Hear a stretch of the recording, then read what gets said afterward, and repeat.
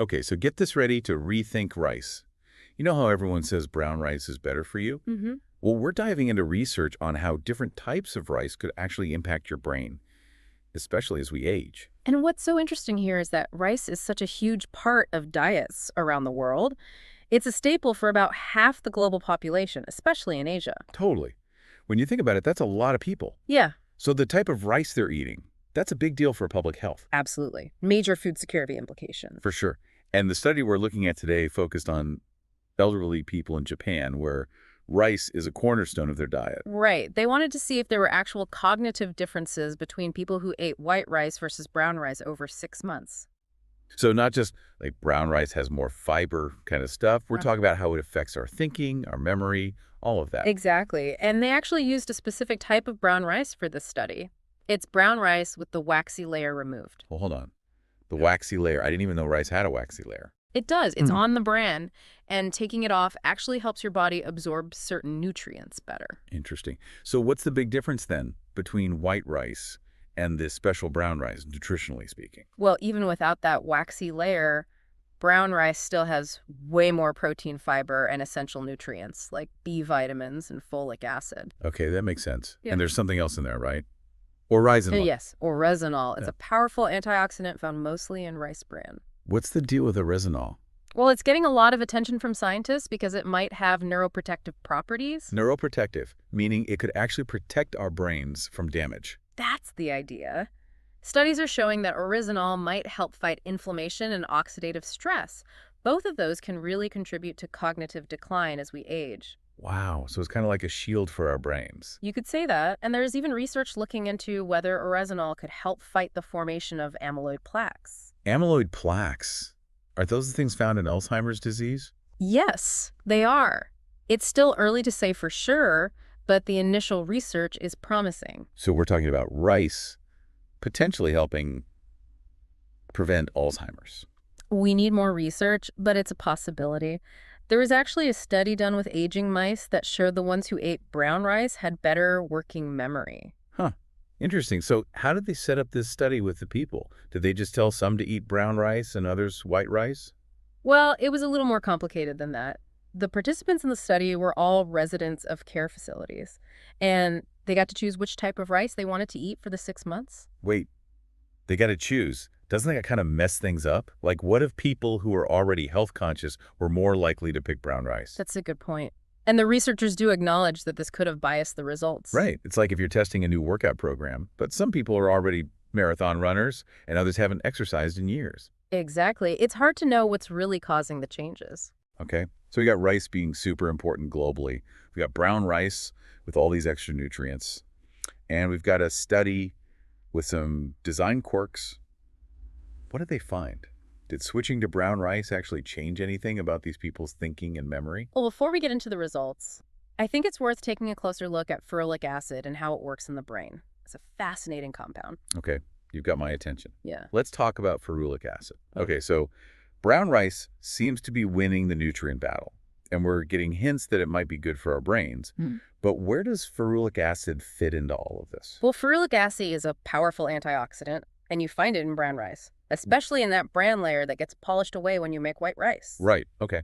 So how does it actually work in the brain? What's this magic trick? Well, one of the biggest problems for brain health as we get older is oxidative stress. It's basically when you have an imbalance between free radicals and antioxidants in your body. Yeah. And free radicals. Those are unstable molecules that can actually damage cells, including brain cells. So like rust forming on a car. But it's our brains that are resting. Exactly. That's a great way to put it. And that's where antioxidants like ferulic acid come in. They help neutralize those damaging free radicals. So they're kind of like rust proofing for our brains. Okay, I'm following you. So it's like a shield against brain cell damage. What else does it do? Well, studies show that ferulic acid is also anti-inflammatory. And we know that inflammation, even though it's a natural healing process, can be really bad for the brain, especially chronic inflammation. It's been linked to all sorts of cognitive problems, from memory issues to mood disorders. Wow. So ferulic acid helps keep inflammation under control, Ah. which is good news for our brains. Anything else? This is getting pretty impressive. There's more. Remember those amyloid plaques we talked about? The ones that are a hallmark of Alzheimer's disease? Yeah? Well, some research suggests that ferulic acid might actually be able to stop those plaques from forming in the first place. Hold on. So you're saying that ferulic acid could potentially help prevent or even slow down Alzheimer's? Now, it's important to be careful here. It's still early, and we need more research to be sure, but the potential is definitely there. And it all adds to this growing body of evidence showing that what we eat can really impact our brain health even as we age. It's amazing to think that something as simple as choosing brown rice over white rice could make such a big difference to our long-term brain health. But let's be real here. The study we talked about wasn't perfect, right? Mm. It had those limitations. You're absolutely right. We can't ignore those limitations. The fact that participants got to choose their type of rice could have skewed the results, and the study was pretty small and only lasted for 6 months. Right, so more research is definitely needed. But even with those caveats, I'm feeling pretty good about brown rice. I agree. The evidence so far suggests that it's a nutrient-rich choice that can benefit our overall health, including our brain health. So what about those study results? What did they actually find? We know the participants ate their chosen rice for 6 months, but how do they measure what was happening in their brains? They used a bunch of cognitive tests to assess different aspects of thinking and mental agility. One of the key ones was the frontal assessment battery, or FAB. It focuses on executive function. Executive function. That's like the CEO of the brain, right? Mhm. Planning, organizing, making decisions, all that important stuff. Exactly. And while the specific results from this study are still under wraps, the authors have hinted that they're pretty interesting. Ooh, okay. Keeping us in suspense. So what other brain skills did they test? Was it all about executive function, or did they look at other areas too? They used a variety of tests. One that stood out was the essay creativity test. It measures divergent thinking, which is a key part of creativity. Wait a minute. Are you saying that brown rice could actually boost our creativity? Now, that would be a game changer. What does this test even involve? It's all about thinking outside the box. Participants get open-ended questions and have to come up with as many answers as possible. The test looks at fluency, flexibility, and originality of thought. So, brown rice, the secret weapon for unleashing our inner artists and innovators. No, let's not get ahead of ourselves. It's way too early to make claims like that. But the fact that they included a creativity test is interesting. It suggests that the researchers are looking at a wider range of cognitive effects beyond just memory and executive function. That's pretty exciting. It makes you wonder what other hidden brain benefits might be lurking in the foods we eat every day. But we've been focusing a lot on those formal tests. Did the researchers look at anything else in the participants' lives to get a more well-rounded view of their cognitive function? They did, and it's actually quite fascinating. They used something called the Conversational Assessment of Neurocognitive Dysfunction, or CANDY, to look at the participants' everyday conversations. Candy. That sounds pretty sweet. Yeah. What is it exactly? It's a questionnaire that the staff at the care facilities filled out based on their observations of the residents' daily conversations. They looked at things like how well people could stay on topic, how clearly they expressed themselves, and whether there were any oddities or difficulties in their speech. So they were looking for subtle clues in how people talk that might indicate changes in their cognitive abilities, like a real-world complement to those formal cognitive tests. Exactly. And what they found from this conversational assessment is pretty revealing. So are you ready to hear what they found? Definitely lay it on me. What did those brown rice conversations reveal? Well, the Candy assessment showed some pretty interesting results. It seems like the brown rice group had richer and more engaging conversations compared to the white rice group. Seriously, even their casual chats were getting a boost from brown rice. That's wild. What were they doing differently? The staff who filled out the questionnaires noticed that the brown rice eaters were better at sticking to the topic.